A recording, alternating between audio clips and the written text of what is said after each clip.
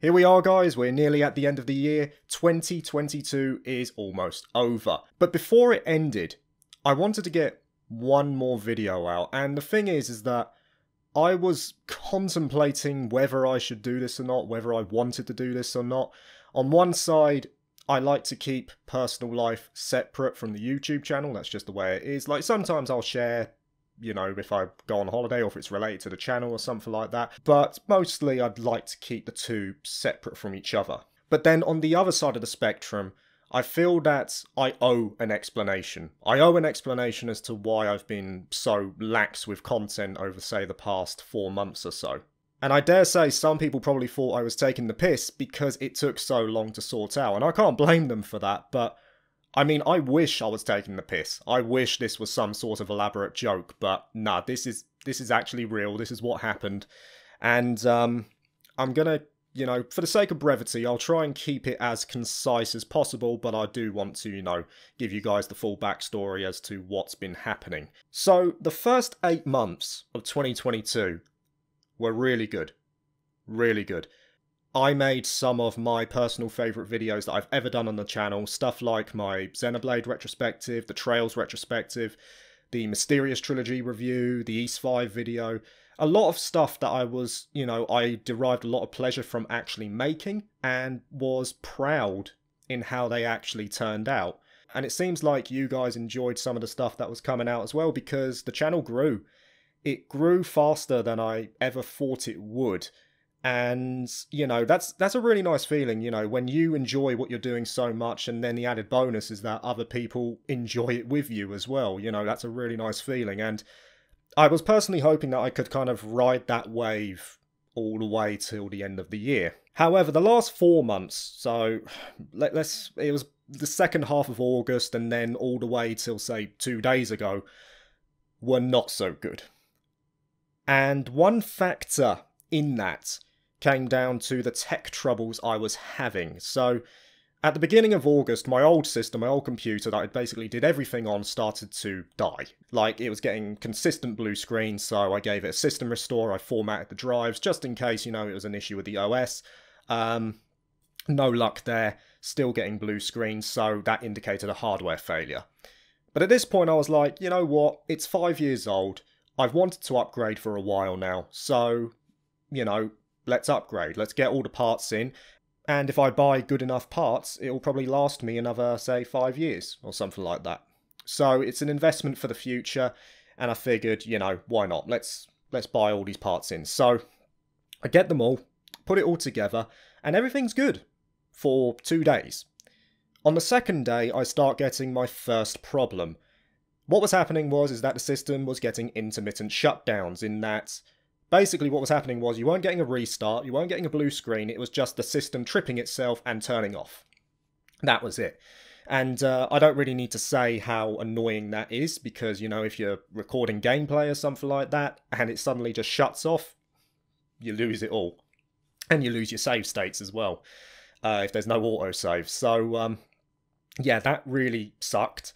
So I did a little bit of troubleshooting, but eventually I came to the conclusion that it's one or two things. It's either the motherboard's bad, or the power supply's bad. So I went with the power supply first, sent the power supply back, RMA'd it, got a new one in, still got the problem, so has to be the motherboard. Sent the motherboard back, got a new one in.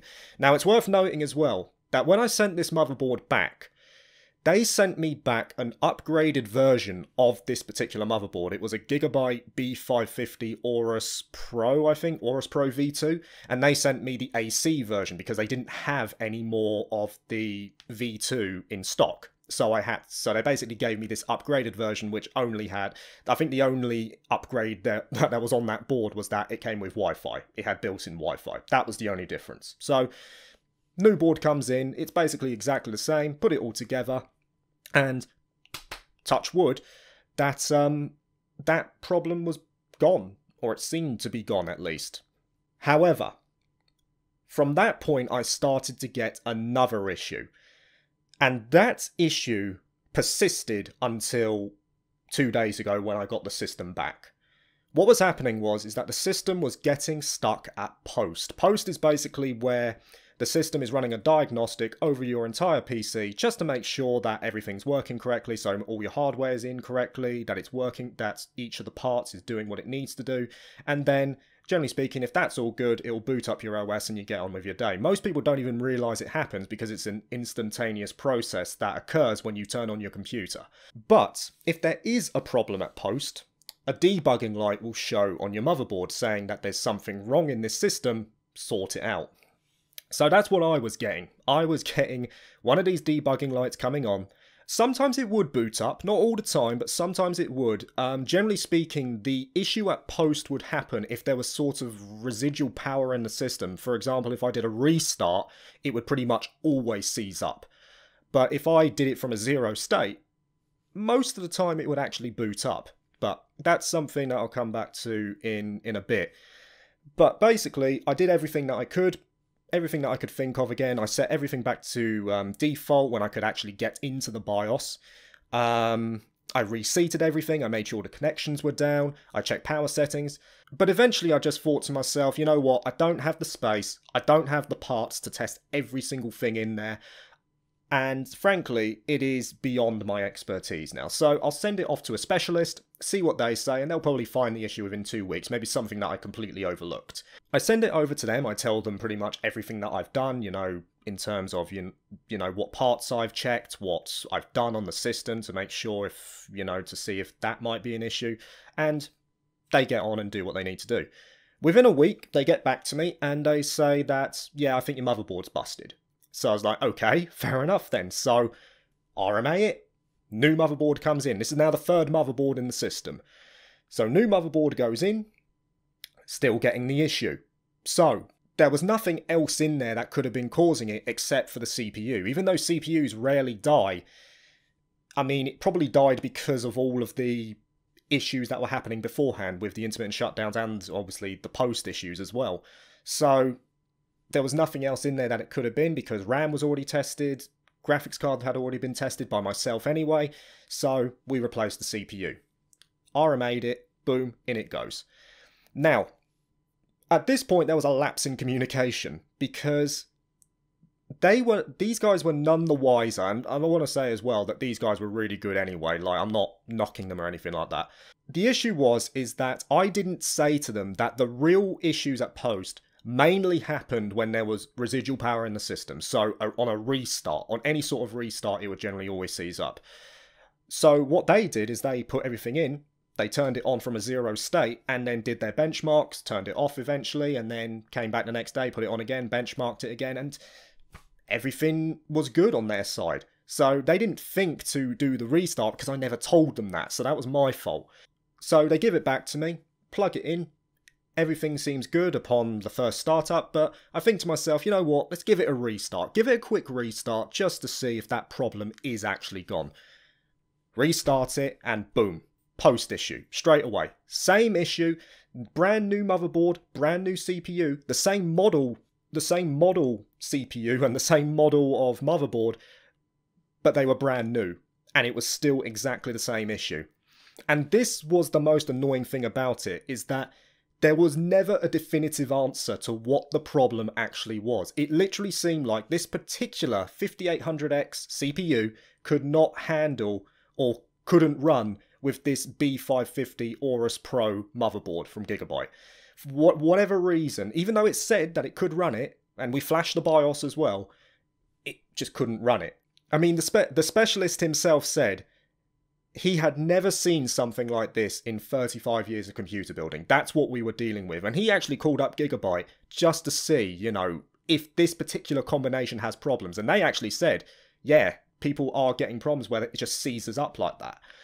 So that was basically what was happening. But this was when I sent it back the last time. Like, we hadn't actually got to that point yet. But anyway, system comes back. I've established that the post issues are still there. But when the system actually booted up, because it did sometimes, when it booted up, everything seemed fine. I could edit, I could capture footage, I could play games. I could actually do what I needed to do. So that's why around the start of November, there was a glut of content, because I actually had my system I could catch up on my backlog of stuff. And if that was the only problem, if that post issue was the only problem, and I basically had a workaround for that anyway, whereby, like I say, if I drained all power from the system and did it from a zero state, it would pretty much always get through post. If that was the only problem I had with the system, I would have held on to it until Christmas. So during that period, I held on to it for a week, with all intentions of handing it back around Christmas time, and, you know, when I'm away, they could probably find out the final kink in it. I would come back, put it back in, and then, you know, get on with our lives. However, during that 1 week period, other issues started to come up. Two in particular that made me realise, yeah, I need to take this back. Like, I can't keep this till Christmas. So the first one concerned this mic. This mic, I basically it's a USB mic, I connect it to the tower and, you know, record. But when I was connecting it to this computer, I was hearing static. I was like, that's not good. You shouldn't be hearing static. That indicates a grounding problem. So, there were other things as well. Like, it was causing weird issues with recorded clips. Like, when I tried to listen to them, it would cause stuttering. Like, I'm going to show that to you here. Like, I appreciate the quality of the video is not very good, but you can get an idea of what I mean. Despite that, though, I still think people can start. Hero's story is generally not the focus of Atelier games anyway. In here, Sophie and Placta are drawn into a dreamlike world where they must work with the citizens of Erdeviga to eventually escape. As in most Atelier titles, the gameplay loop is as simple as it gets. Go out, explore. So from that point, I knew, you know what, I'm not going to connect this to the system anymore. I'll do it on my laptop. Even though my laptop can't do rendering, it can at least do voiceovers. The other issue, though, and like I say, at this point I knew I had to take it back regardless. The other issue concerned my external hard drive. Now, on my system, I have 3 terabytes in total on my internal drives. 3 terabytes, you know, gets eaten up very quickly, to be honest, when you're playing games all the time and you're recording footage and making a video every week. It gets eaten up very quickly. So, to alleviate the problem, I have an 8 terabyte external drive as well, which I basically put everything onto, outside of maybe the last 30 videos I've done, which I leave on the system, and I keep that on a rolling basis. That external drive not only alleviates the storage issue I'm having, but it also acts as my backup, 3.5 years worth of content on that external drive. Now, when I'm editing, I will connect this drive to my system because if, for example, I need to access some gameplay that I haven't, you know, accessed in maybe a year or something like that, or maybe there's a fact that I need to check, I can kind of extrapolate it from an older video, which is on the drive, and then put it into the project that I'm currently working on, and I've been doing that since I got the drive. Now, I remember the day well, I was doing the JRPG soundtracks video. Without warning, the external drive disconnects. So I think to myself, okay, reconnect it, let's see. It doesn't recognise it, so I think, okay, maybe the cable. Change the cable over, put it in, still doesn't recognise. So I do one more thing, I restart the entire system, do my workaround, boot it all up, put it in, still doesn't recognise. Now at this point I'm worried, because I'm thinking, has this computer bricked my external drive? Has it killed it? So I take it out, I put it onto my laptop, and thankfully it recognises the data on there. It diagnoses there's a problem on there, repairs it, all the data's there. But as I'm sitting down, you know, I didn't even have time to, you know, sigh in relief. I start hearing the telltale click of death coming from the hard drive. The click of death, for you guys who don't know, is pretty much your indication that your hard drive is about to die and you need to get everything off of there or you risk losing it all. So at this point, I am bricking it. Because I'm just thinking about, you know, oh my god, I'm going to lose everything. And you're probably thinking, like, it's only videos, it's only completed videos that you've done. Why do you care so much about this? Sure, you know, I'd lose the videos, but to be honest, the videos are not a problem, because I can just go back to my channel and re-download them. But what I would be losing forever would be stuff like the editing processes, the thumbnails, the music, the video graphics, the gameplay. 3.5 years worth of content, poof, just gone. Thankfully, it didn't escalate to the worst outcome. It was still under warranty. I sent it back for data recovery. Comes back with a new unit. All the data's on there. I buy another one just to be safe. and I also invest in cloud storage. So basically I have 3 backups now, crisis averted. But let's say that the worst case scenario did happen, and I lost everything. I sent it back and they said, nope, sorry, we can't get anything back. If that happened, as tough as the decision would have been, I would have quit YouTube then and there.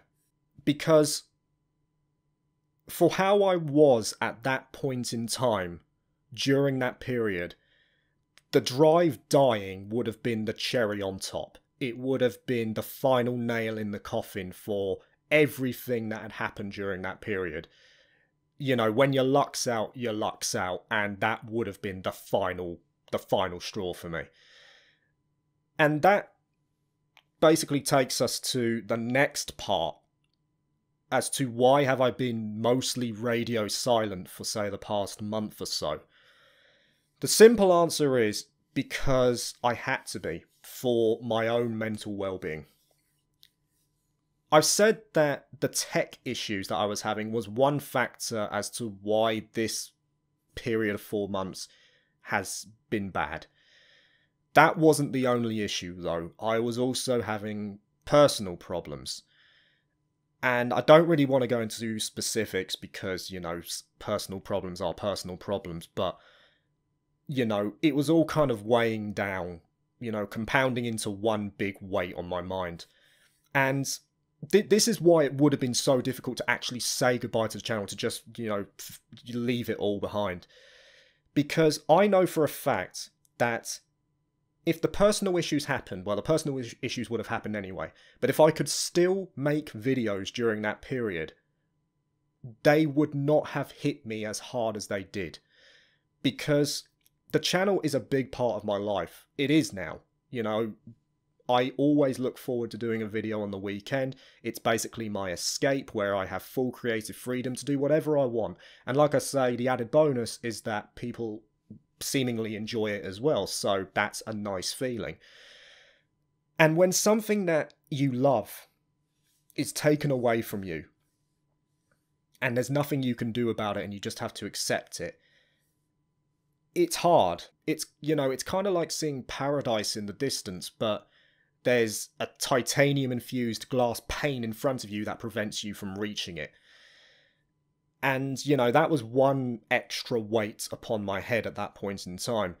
But it wasn't just making content for my own channel that I derive pleasure from. It's also watching other creators within my sphere, like Alex at Backlog Battle, like Taylor at The Gaming Shelf, like David Vince, like Super Derek RPG, Miss Bubbles, Lady Vigilia, you know, people who I have a lot of respect for. But every time I'm watching one of their videos, and it would pretty much happen every single time, I couldn't help but think to myself, man, I wish I could be doing this right now. And it sort of illustrated the polarity of YouTube as a platform in that it connects you to a vast array of people, but at times it can make you feel so lonely. And that particular feeling was surfacing a lot more than I wanted, especially from October onwards. And it started to affect my life. I wouldn't say it turned my life into a degenerate lifestyle, but it started to bring forth some nihilistic tendencies. I just didn't care about anything that was happening around me. I didn't derive joy from anything. I wasn't looking forward to anything. I was just, you know, I felt hollow. I was going to places, but I'd had no real impetus to go there, if that makes sense. I was just going there out of obligation. And it wasn't healthy. It wasn't a good mindset to be in, and I wouldn't wish it on anyone else because it's not a nice feeling. And eventually it started to seep over to the people I cared about. And at that point I went, you know what? That's it. I have to change this. I have to stop it. You know, identifying the sources of what were causing this. The first thing was the channel, the issues with the channel. So I just went, okay, disconnect. Disconnect from everything. Disconnect from cyberspace. And from there I was able to kind of, you know, regather my thoughts, refocus my goals, confide in family, you know, I got professional help as well, you know, professional services helped out too, and over time, I slowly healed. And I don't think it's truly behind me, but I'm at least at a point now where I can start looking forward rather than just going from day to day. So, in terms of looking forward, you know, what is that actually going to entail? Well, like I say, this is the last video for this year. Today is Saturday the 17th, I think. Next week, next Saturday, Christmas Eve, I fly out to Thailand for a long overdue family holiday. This holiday should have happened in March 2020. Of course, we know what happened at that point. There was the bug going around. So this is nearly 3 years in the pipeline, this holiday. So that's going to be nice to go out to. But once that's done and I return in 2023, well, I'm happy to say that I'm actually looking forward to 2023. There are things I'm looking forward to, like getting my full motorbike license, like going to Japan again for the first time in 5 years, like buying a house, you know, feasible goals, feasible things to actually look forward to and to think about. And that's a good thing, you know, I feel like you have to have something to aim for at all times in life, otherwise, you know, you might risk falling into that pit that I did. But as for the channel, well, I'm hoping that 2023 was going to be a fresh start, a point where I can get back to doing what I love, sharing it with like-minded individuals, and having a bloody good time while doing it. That's the ideal scenario here. So in terms of output on the channel, what are you guys going to get in 2023? Well, it's basically going to be more of the same stuff. You'll still get your news roundups, you'll still get your demo impressions, you'll still get your reviews. Reviews are mostly going to be on games that have already released, that have left an impression on me, rather than games that are going to release, because I don't like the pressure that comes with that. I want to actually enjoy the games that I'm playing. There will be a couple of exceptions there for games that I really want to play or I really want to talk about, but mostly it's going to be for games that have already released. And there is a particular game that I have been playing over this period which positively helped in getting me back to a good mental state, which has really left an impression on me. I'm still playing it at the moment, but I'm hoping to finish it before I go away. And I hope you guys are going to like that when it comes out sometime maybe the end of January or the beginning of December. You'll still get your retrospectives. Retrospectives I would like to do more of, but they do take a while to research, so I'll have to put them out as and when I get to them. And also there's going to be a new series starting. Now this series I wanted to start back in August. That's when I started getting my problems, so I had to postpone it, but I'm looking forward to this. I think you guys are going to like it as well, and there's so much to delve into on that. So I hope you guys are going to like that when I finally get around to doing the first video in that particular series. But there you go, guys. That is it. A rundown of what happened, a plan of action, so to speak, of what's going to happen when I actually get back. And I appreciate this has not been a very jolly video at all. But, like I say, I owed an explanation because I was gone for so long. It looks like, again, touch wood, the system is back. I've had no problems with it so far, with the 4th motherboard that is in there now. For reference as well, we changed the motherboard to another brand completely. It went to MSI after that. So 4 motherboards are in there. 3 CPUs, we replaced the CPU again. There were 2 power supplies, and there were... oh, a new set of RAM as well. Yeah, we had a new set of RAM put in there too. So, yeah, it's basically a brand new system from when I actually bought it.